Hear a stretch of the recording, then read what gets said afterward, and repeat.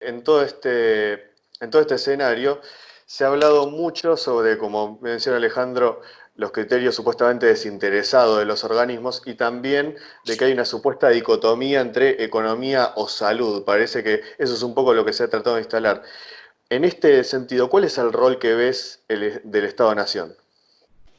Bueno, claramente, si vamos a ver las variedades, tenemos ya bastante popular esta dicotomía entre Suecia y Noruega, que son países por ahí nórdicos, pero que decidieron enfrentar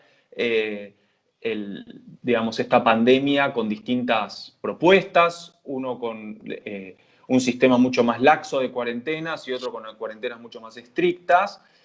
Tenemos casos como el de Argentina, que por ahí es un paradigma de cuarentenas mucho más, desde mucho antes que otros países latinoamericanos y de una manera mucho más estricta aplicó cuarentenas que, por ejemplo, Brasil, que optó por una opción más pro mercado. Creo que al analizar así la realidad se pierden algunos puntos que me parecen claves. Número uno, la infraestructura preexistente. Digo, que Suecia aplique un modelo más pro mercado, pero ¿alguien vio cómo funciona el sistema de salud socialdemócrata de Suecia o cómo funciona el sistema económico? Digo, no es simplemente más, mirá lo que está haciendo este país o mirá lo que está haciendo este otro, pero bueno, cada país cuenta con una ventaja, digamos, preexistente a la pandemia, estructural, infraestructural, tecnológica, educativa, muy distinta a la que tenemos incluso, por ejemplo, en Argentina y en la periferia del desarrollo. Entonces, creo que esto está poniendo, creo que lo que no hay que perder es, más allá de la política reactiva que hagan los países frente a la pandemia, cómo estaban posicionados los países antes de la pandemia. Y esas son parte de los instrumentos y de las ventajas y de las formas con las cuales pueden actuar. Argentina tiene, por ejemplo, con respecto al resto de los países, tenía una ventaja muy superior con respecto a la infraestructura sanitaria, por ejemplo, si comparo con Bolivia o Ecuador. Pero al mismo tiempo no hay que perder esa mirada, que Suecia aplica una política más pro mercado no significa que si Argentina vaya a hacer lo mismo, pueda llegar a tener los mismos resultados. Entonces, ¿qué hace el rol del Estado-Nación? Tiene como esta doble cara, ¿no? ¿Qué hizo el Estado-Nación hasta este momento y cuál es la libertad de acción que tiene el Estado-Nación en el momento de la pandemia? Por eso yo siempre, digamos, defiendo mucho esto, la idea del desarrollo, la idea de políticas estratégicas, porque cuando pasan estas cosas, nos ponemos a llorar de todo lo que no hicimos antes. No es simplemente cómo reaccionamos, es qué tenemos para reaccionar. Bueno, ahí mencionaste algo que quiero hacer hincapié, porque mencionaste a Taiwán como un ejemplo de, digamos, que eficiencia y planificación. Un Estado presente que planificó y se preparó para esto. También lo podemos ver en China, porque a veces nos quieren vender como el modelo chino, y en realidad el modelo chino es un Estado eficiente, ¿sí? Que se maneja generando estrategia, planificación, tiene objetivos y así ataca el coronavirus. Lo mismo Suecia y Noruega.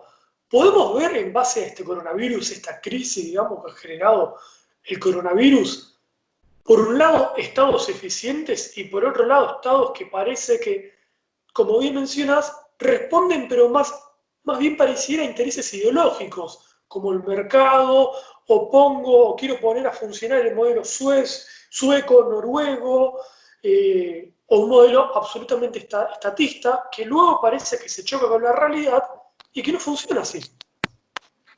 Bueno, es que ese es otro punto para mí mucho más profundo que me encanta, digamos, que hablarlo y me parece una buena oportunidad, que es el modelo sueco es el resultado de suecos pensando qué hacer para su propio país. El modelo chino es el resultado de chinos que pensaron qué hacer para su propio país. Y los países que no piensan qué hacer con respecto a su propio país toman como modelos universales, digamos, formas de gobernanza o sistemas que están anclados a una realidad muy específica. Entonces, el modelo sueco, digamos, puede servirle a Suecia. Yo, aparte, no creo en esta pretensión moral de decir qué país hace mejor que otro, porque cada uno, digamos, sobre todo los países que adoptan por decisión propia, reconociendo sus ventajas, su situación, su propia cultura, cómo cada país entiende lo que es el valor, por ejemplo, de la vida. El otro día lo hablaba con un colega norteamericano. Para el norteamericano no es lo mismo, digamos, el norteamericano no reacciona de igual manera frente a, por ejemplo, ver un cadáver en la calle que murió del coronavirus. Para el norteamericano es una persona que no se supo cuidar ella misma, digamos. El promedio de la sociedad, no digo todos, pero el 50% por lo menos de la sociedad cree que es una persona que no hizo lo suficiente para cuidarse a sí misma. En otros países esto es culpa del Estado. Entonces, hay que ver también cómo cada sociedad tiene determinados valores anclados a su producción económica, a su producción intelectual, y ahí creo que hay que valorizar otra cuestión, que es tomar modelos o recomendaciones hechos por otros organismos, sea la Organización Mundial de la Salud, sea el modelo de otro país, tiene que tener un cable a tierra o tener los pies en la tierra de entender cuál es la realidad argentina. Y muchas veces estamos mirando afuera, en vez de salir a la calle y entender cómo funciona el interior del país, cómo funciona la periferia de centros urbanos altamente poblados.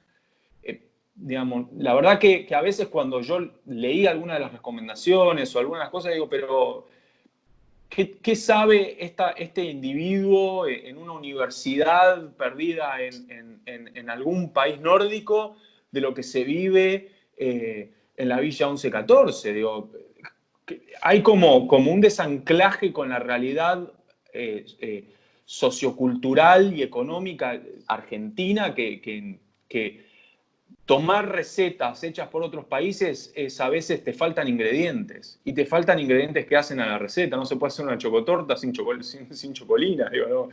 Llega un momento donde caemos en ese absurdo. Entonces creo que también hay que, digamos, por eso es importante el pensamiento nacional, no ese pensamiento nacionalista que uno a veces confunde diciendo, no, revalorizar ciertas cosas, es tener una mirada, entender la realidad local para planificar estratégicamente. Vos tenés que entender cuál es tu realidad, en dónde estás parado en el mundo y qué recursos tenés, obvio, ¿no? Si la defensa del interés nacional, digamos. Sí, por eso yo siempre pongo adelante la idea de que la defensa nacional trasciende la política militar. La defensa nacional o una mirada desde la defensa nacional implica entender digamos, implica la planificación y la valorización de tus recursos y qué sos vos frente al resto del mundo, qué tenés frente al resto del mundo. Cómo una política de defensa pandémica o de posibles pandemias es una política de defensa nacional. Cómo la política de salud hoy se volvió una política de defensa nacional. Y la gente se olvida de ese desanclaje. No es política militar la política de defensa nacional. Hoy la política de defensa nacional es una política de contención pandémica. Claro, lo que sería una coordinación de los recursos estratégicos más allá de lo militar puramente. Sí, totalmente. Es una coordinación de los recursos nacionales en defensa de X variables que uno considera importante, o la economía nacional, o la vida de las personas, o lo que sea. Uno elige qué va a privilegiar dadas unas ciertas circunstancias y moviliza los recursos nacionales en defensa de eso. Eso es una política de defensa nacional. Que los enfermeros, que los médicos, que el sistema hospitalario, uno a veces, por cómo está dividida el sistema nacional, de que divide la política de salud en el Ministerio de Salud y la política de defensa en el Ministerio de Defensa, no significa que eso es una política, una estrategia nacional que esté muy anclada a la defensa de algo. En este caso, la defensa de la economía, de la salud, de lo que sea.